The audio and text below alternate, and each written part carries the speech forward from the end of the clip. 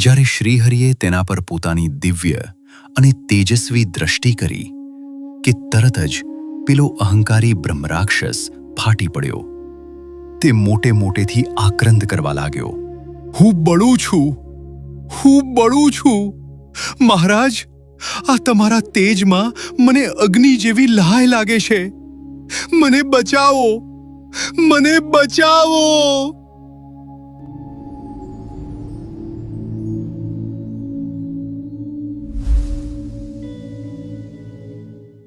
સંવત 1876ની પ્રબોધિની એકાદશીનો સમય હતો.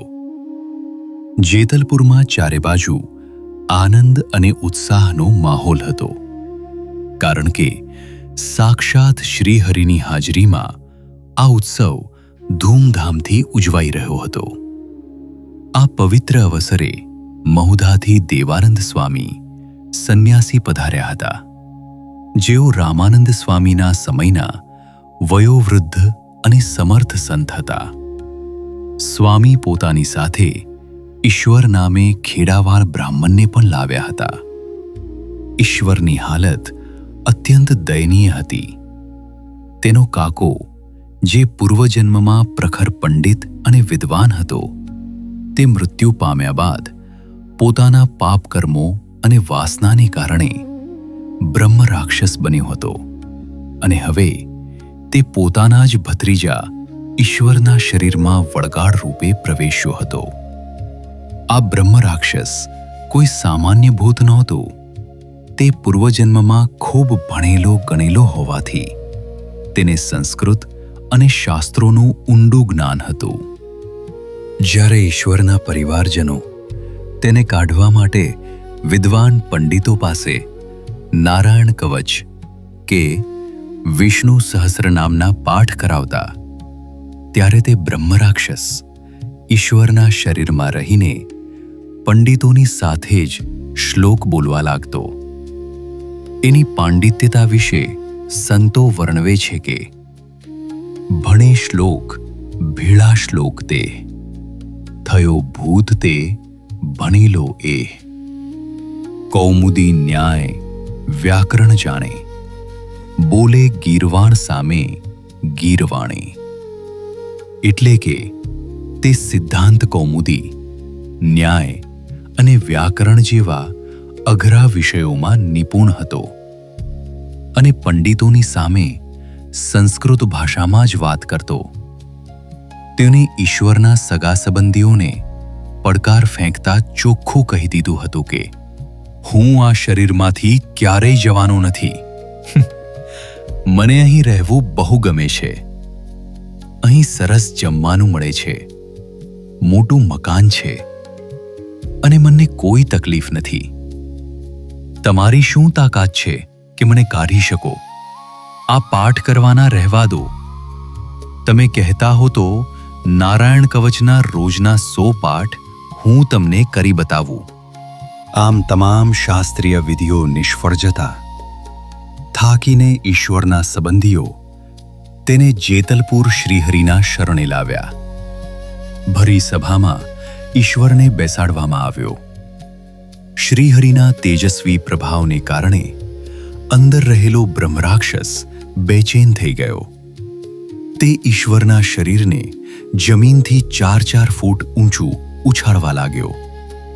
સગાઓ તેને પકડી રાખવાનો પ્રયત્ન કરતા હતા, પણ શ્રીહરિએ આજ્ઞા કરી, એને પકડી ન રાખશો, એને એની મેળે મૂકી દો. જેવા લોકોએ તેને મુક્ત કર્યો, તે બ્રહ્મરાક્ષસ એકદમ શાંત થઈને બેસી ગયો. ત્યારબાદ જ્યારે શ્રીહરિએ તેના પર પોતાની દિવ્ય અને તેજસ્વી દ્રષ્ટિ કરી કે તરત જ પેલો અહંકારી બ્રહ્મરાક્ષસ ફાટી પડ્યો.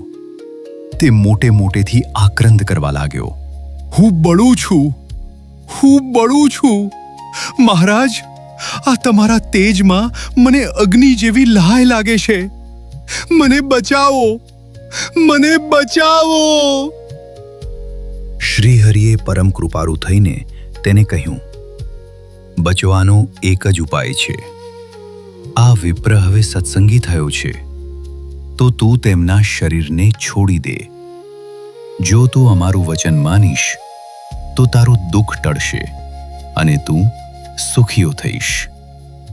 પણ પહેલા એ તો જણાવ કે તું કોણ છે અને એવા કયા પાપ કર્યા કે તારે આવો બ્રહ્મ રાક્ષસનો અવતાર ભોગવવો પડ્યો. શ્રીહરિના તેજથી અંજાઈ ગયેલા બ્રહ્મ રાક્ષસે ધ્રુજતા અવાજે પોતાની હકીકત રજૂ કરી. તેણે કબૂલાત કરી કે મહારાજ, હું આ ઈશ્વરનો જ કાકો છું. હું જીવતો હતો ત્યારે મારો જીવ મારા ખેતરમાં આવેલી રાયણના ઝાડમાં બહુ પરોવાયેલો હતો. તે રાયણ મને પ્રાણથી પણ વધુ વાલી હતી. એ જ રાયણની અત્યંત વાસનાને કારણે મૃત્યુ પછી મારો જીવ ભટકી રહ્યો હતો અને હું બ્રહ્મ રાક્ષસ બનીને એ રાયણ પર જ નિવાસ કરતો હતો. મેં નક્કી કર્યું હતું કે જે કોઈ એ રાયણની એક ડાળી પણ કાપશે તેને હું જીવતો નહીં છોડું. ગામના લોકો મારા ડરથી ત્યાં જતા પણ અચકાતા.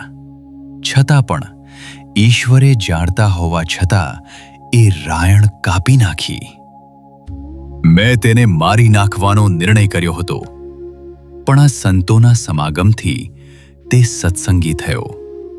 તેથી હું તેના પ્રાણ લઈ શક્યો નહીં, માત્ર તેના શરીરમાં ભરાઈ રહ્યો. દયાળુ ભગવાન શ્રીહરિએ લીલા કરતા બ્રહ્મ રાક્ષસને પૂછ્યું, તારે જો આ દુઃખમાંથી છૂટવું હોય તો હવે આ ભક્તના શરીરને છોડી દે અને મારામાં પ્રવેશ કર.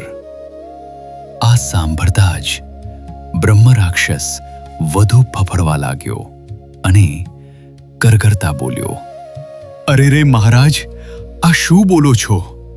હું તો તમારા તેજ સામે આંખ મીચીને પણ જોઈ શકતો નથી, તો તમારામાં પ્રવેશ કરવાની વાત તો ક્યાં રહી? જો હું તમારામાં પેસવાની હિંમત કરું તો મારા હાલ બેહાલ થઈ જાય. ત્યારે શ્રીહરિએ હસતા હસતા બીજી શરત મૂકી, સારું, તો પછી આ સામે બેઠેલા ત્યાગી સંતોમાં પેસ. લોકો તને પગે પડશે, હાર પહેરાવશે અને જાત જાતની રસોઈ જમાડશે. તારે તો મોજ થઈ જશે. બ્રહ્મ રાક્ષસે આજીજી કરતા કહ્યું, મહારાજ, એ પણ મારા માટે અશક્ય છે. આ સંતોનું તપ અને વ્રત એવું છે કે હું તેમની સામે જોઉં તો પણ બળીને રાખ થઈ જાઉં તેમ છું. શ્રીહરિએ ફરી તેને લાલચ આપી, તો એક કામ કર, આ સામે બેઠેલા હરિભક્તોમાં પેસ. એમાંથી જેનું 3 માળનું મોટું મકાન હોય એવા કોઈ શ્રીમંતને શોધી લે. ત્યાં 3જે માળેથી દુબાકા મારજે અને રોજ નવા નવા પકવાન ઝાપડજે. બ્રહ્મ રાક્ષસ વિનવણી કરતા બોલ્યો, અરે પ્રભુ, એ હરિભક્તોમાં પણ પેસી શકાય તેમ નથી. જો ભૂલે ચૂકે પણ એમનામાં પેસવા ગયો તો એ સત્સંગીઓ મારા ભુક્કા બોલાવી દે તેમ છે. છેવટે શ્રીહરિએ સ્ત્રીઓની સભા તરફ સંકેત કરીને પૂછ્યું, તો છેલ્લે એક કામ કર, આ બાઈઓ બેઠી છે તેમાં પેસ. બ્રહ્મ રાક્ષસે થોડી હિંમત ભેગી કરીને કહ્યું, મહારાજ, એ વાત સાચી. જો એમાંથી કોઈ નિયમ ધર્મ પાળવામાં ઢીરું હોય તો હું તેમાં ચોક્કસ પેસી જાઉં. ભગવાન શ્રીહરિએ આ બ્રહ્મ રાક્ષસની વાત આખી સભાને, ખાસ કરીને બહેનોને સંભળાવવા માટે મોટેથી કહ્યું, સાંભળ્યું ને? આ બ્રહ્મ રાક્ષસ તમારામાં પેસવા તૈયાર થયો છે, તો તમે તેને તમારામાં પેસવા દેશો ને? ભગવાનના આ શબ્દો સાંભળતા જ બાઈઓની સભામાં ફફડાટ મચી ગયો. બધી જ બહેનો ગભરાઈ ગઈ અને હાથ જોડીને પ્રભુને પ્રાર્થના કરવા લાગી, મહારાજ, દયા કરો, આજ સુધી કદાચ અમારાથી નિયમ પાળવામાં કોઈ કચાશ રહી ગઈ હશે, પણ હવેથી અમે પૂરી સાવધાનીથી ધર્મ નિયમ પાળીશું. પણ મહેરબાની કરીને આ બલાને અમારામાં ન મોકલશો. જો આ ભૂત અમારામાં પેશશે તો અમારા તો ભૂંડા હાલ થઈ જશે. જ્યારે સભાના તમામ સત્સંગીઓએ બ્રહ્મરાક્ષસને સંઘરવાની ના પાડી દીધી, ત્યારે શ્રીહરિએ સ્મિત સાથે તેને પૂછ્યું, જોયું, તને તો હવે કોઈ સંઘરવા તૈયાર નથી, તો હવે તું કયા જઈશ? જો તું અત્યારે જ આ વિપ્ર ઈશ્વરના શરીરને છોડી દે તો હું તને વચન આપું છું કે તારો મોક્ષ કરીશ. મોક્ષનું નામ સાંભળતા જ બ્રહ્મરાક્ષસનું હૃદય ભક્તિભાવથી ભરાઈ આવ્યું. તે અત્યંત આજીજી કરતા બોલ્યો, બસ પ્રભુ, મારે આ ભટકતી યોનિમાંથી છૂટીને મોક્ષ જ મેળવવો છે. હવે આપ જે આજ્ઞા કરશો તે હું મસ્તક ચડાવીને પાડીશ. દયાળુ શ્રીહરિએ તેને માર્ગ બતાવતા કહ્યું, તો સાંભળ, હમણાં તું સીધો બદરિકાશ્રમમાં જા. ત્યાં પવિત્ર વાતાવરણમાં રહીને તપ કરજે. સમય આવે અમે ચોક્કસ તારો ઉદ્ધાર કરીશું. પરંતુ વિદ્વાન બ્રહ્મરાક્ષસ જાણતો હતો કે તેના પાપકર્મો બહુ મોટા છે. તેણે કરુણ સ્વરે વિનંતી કરી, હે પરમાત્મા, મેં અજ્ઞાનતામાં ઘણા અપરાધ કર્યા છે. મારી અંતિમ ઈચ્છા છે કે આપ આપના દિવ્ય ચરણારવિંદ મારી છાતી પર ધરો. એ પવિત્ર ચરણ સ્પર્શથી જ હું તમામ પાપમાંથી મુક્ત થઈ શકીશ. અધમ ઉદ્ધારણ શ્રીહરિએ બ્રહ્મરાક્ષસની એક આકલુદી સ્વીકારી લીધી. પ્રભુએ પેલા વિપ્ર ઈશ્વરની છાતી પર પોતાના કોમળ ચરણ મૂક્યા. જેવો પ્રભુના ચરણનો સ્પર્શ થયો કે તરત જ બ્રહ્મરાક્ષસ દિવ્ય તેજ સાથે ઈશ્વરના શરીરમાંથી મુક્ત થઈ ગયો અને પ્રભુની આજ્ઞા મુજબ સીધો બદરિકાશ્રમ તરફ સીધાવી ગયો. વર્ષોથી પોતાના જ શરીરમાં બ્રહ્મરાક્ષસની અકળામણ અને પીડા ભોગવતા ઈશ્વરને આજે સાચો છુટકારો મળ્યો. તેના દેહમાં જાણે નવી ચેતના અને નવું જીવન આવ્યું હોય તેવો તેને અનુભવ થયો. તે હર્ષના આંસુ સાથે શ્રીહરિના ચરણોમાં ઢળી પડ્યો અને ગદગદ કંઠે કહેવા લાગ્યો, હે દયાળુ પ્રભુ, આપે આજે મારા પર અનહદ કરુણા કરી છે. આપે મને માત્ર પ્રેત પીડામાંથી જ નથી છોડાવ્યો, પણ મને નવો જન્મ આપ્યો છે. જો આપની મુલાકાત ન થઈ હોત તો મારું મોત અત્યંત ભૂંડે હાલે થયું હોત. હવે હું આજીવન આપના શરણે છું અને આપના બતાવેલા નિયમ ધર્મનું અડગપણે પાલન કરીશ. જેતલપુરની એ સભા આજે સાક્ષાત્કારી બની ગઈ.